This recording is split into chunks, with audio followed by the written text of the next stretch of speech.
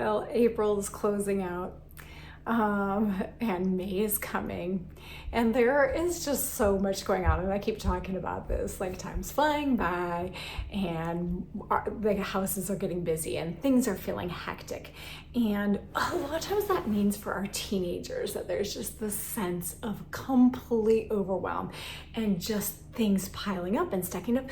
And we have to keep in mind, I forgot this when my kids were little, and I didn't even realize it when I first went into teaching, but like, I just have so much admiration for teenagers running around in the world with not quite fully formed brains. Like, they're just out there existing in the world with their brains that have not fully formed. The prefrontal cortexes are still forming up. And so they're doing so much out there, and they are still trying to figure that out. So as a parent, which you guys are, or as a teacher, or as a teen, we just have to hold space for that. But as we move forward into this really busy season, we need some strategies. Okay, so I'm Blue. I'm a master's trained teacher with over 22 years of experience, and I am the founder of the Rise Mastery Method. And I want to help us think today about some strategies that are going to help our teenagers be successful, your kids be successful. I don't know why I'm holding this marker right now. I was taking some notes, but I want us to think about what is the best path forward as we get into this super busy time, right? Because it's not gonna let up until, well, so I know there's some schools out there that are gonna end here in a few weeks in May, but that is, for a lot of schools, we're gonna go through June. So we've got a ways to go, but it's getting busy. And so for your kid, it might look like there are 5 assignments missing, and there are just more coming. And so I want us to think about plan, chunk, and reward. That's what I'm going to be talking about, those 3 things. And I'm going to put my coaching hat on a little bit here too, because I'm also a trained life coach, which means what are some strategies we can use to really think about how the brain works, and why is it that when our teens have so much to do and there's so much going on, why is it that they shut down? You're like, no, this is the wrong time to shut down. I need you to get to work. I need you to do the thing, do more, not less. But as they have more stuff happening, they seem to do less. Okay, so let's say they have 5 assignments missing, and now their teacher is assigning this big, they're assigning, what is it? Maybe a big argument essay. And then they have another class where they have a big math test to study for, and all of a sudden they're just doom scrolling on their phone, and then there is not that studying for the test like you want. Well, let me tell you what's happening here. What we have in the human brain is what's called the motivational triangle. So I want you to picture a triangle. And when we think about motivation, I want you to picture the top of the triangle, which is seek pleasure. Okay, so our brains are designed to do this. We have seek pleasure, we have conserve energy, and avoid pain. Those are the things in the triangle, in the way I was taught with coaching, that what are the things to motivate us? We're motivated to avoid pain, seek pleasure, and conserve energy. So if we think about our teenager and all of a sudden they have all of these things happening, all of this stuff, like that work that they need to get done, well, doing that work, that sounds like not very much fun, right? And it feels like a lot of pain. It feels like getting out all of your stuff and trying to get that essay done. That seems painful. It also seems like a lot of energy, and there is no pleasure in it, right? And then they have these prefrontal cortexes, that thinking logic part of the brain that is not fully connected, so it doesn't always have the best logic working for us like we as adults do, to say, hey, there's actually going to be more pain later on if I don't get that done. So nothing is working in their favor, whereas we can be like, I understand that this isn't pleasurable now, but it's gonna be so much work later on. That makes sense to us. But for our teenagers, even though they kind of know it, it's not enough to get them moving. So what do we need to do to make this happen? Well, we need to give them tools and strategies to help them so that they can actually get the thing done. And here's what I recommend. There are several strategies, but I'm gonna give you just a couple right now. So what I want you to do is, first of all, not like when we go through, a lot of times what we want to do is be like, look at, you have this to do, you have this to do, you have this to do, you have this to do, and then you're gonna have more next week, and look at what you have from before.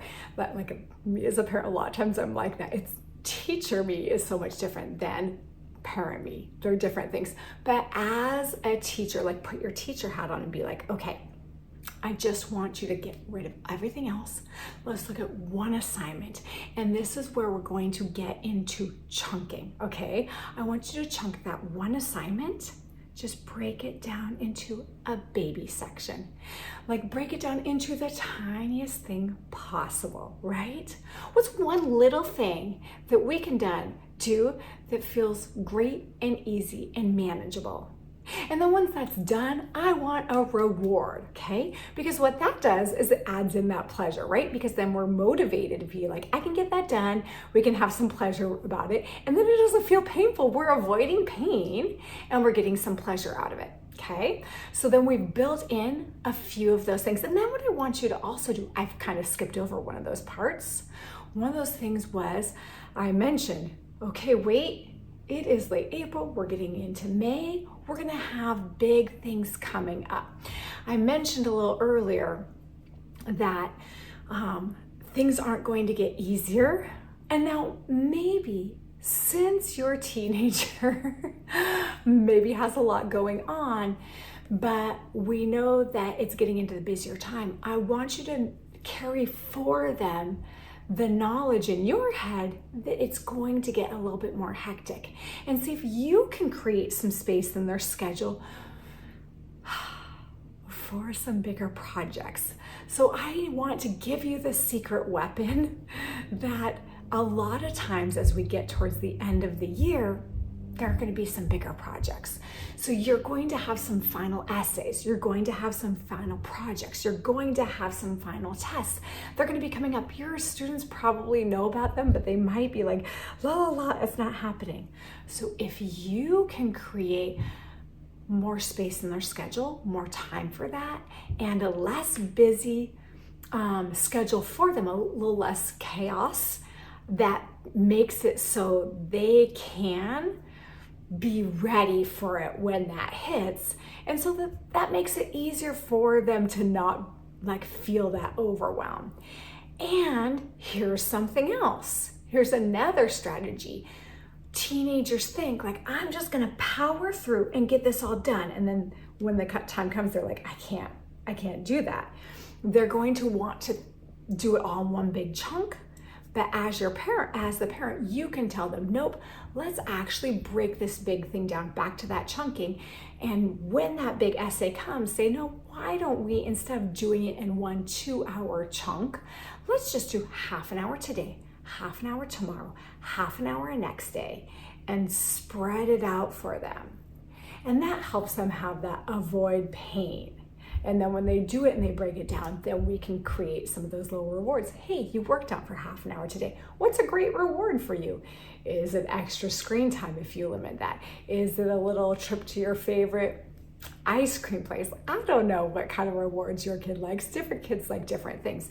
Is it an extra visit with a favorite friend coming over? Whatever thing it is, it can be tiny, or you know what it is. All right, so chunking those things down, planning ahead that there's going to be some busy time coming up if it already hasn't hit, and then building in those rewards. And then one more thing I want to leave you with is that, yes, this is going to feel chaotic. We're in that chaotic time, and your kids, they don't necessarily know what's happening. They're not they're not intentionally making it chaotic. They're not intentionally oof, I don't want to do this. They're not quite used to processing this. But this is the other thing that happens. Teachers are also even the best of teachers, they also get overwhelmed by the chaos of this time of year. Like, it's crazy for everybody, and their workload at the minimum triples. Grading 150 essays and trying to get those grades back to students as quickly as possible, so that if a student needs to redo it, when I've done the math for students and told them, hey, even if I only spent 5 minutes grading 150 essays, they were like, whoa, that's a lot. But no teacher grades an essay in only 5 minutes. Really, it's, even best case scenario, 20 minutes. So as you can see, it's a lot. And they're trying to work so fast and put out so much to give quality feedback.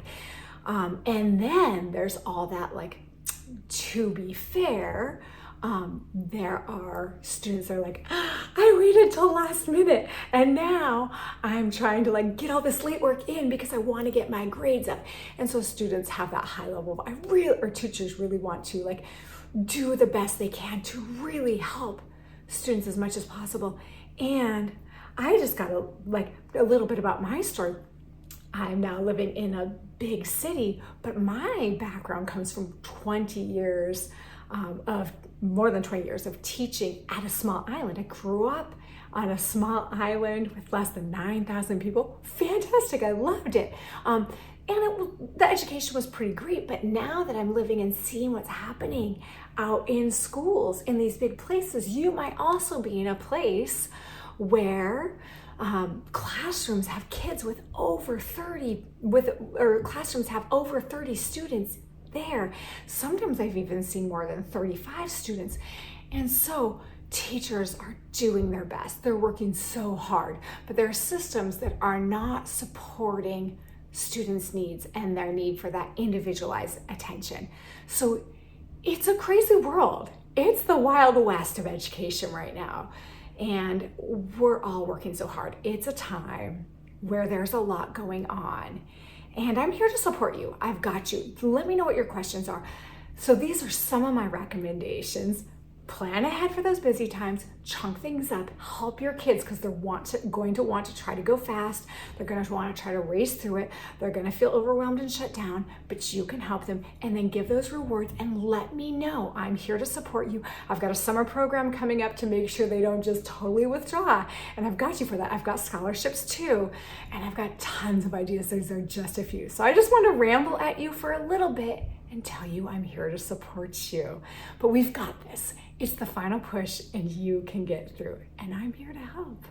All right. Sending you love and support as you get through till the end.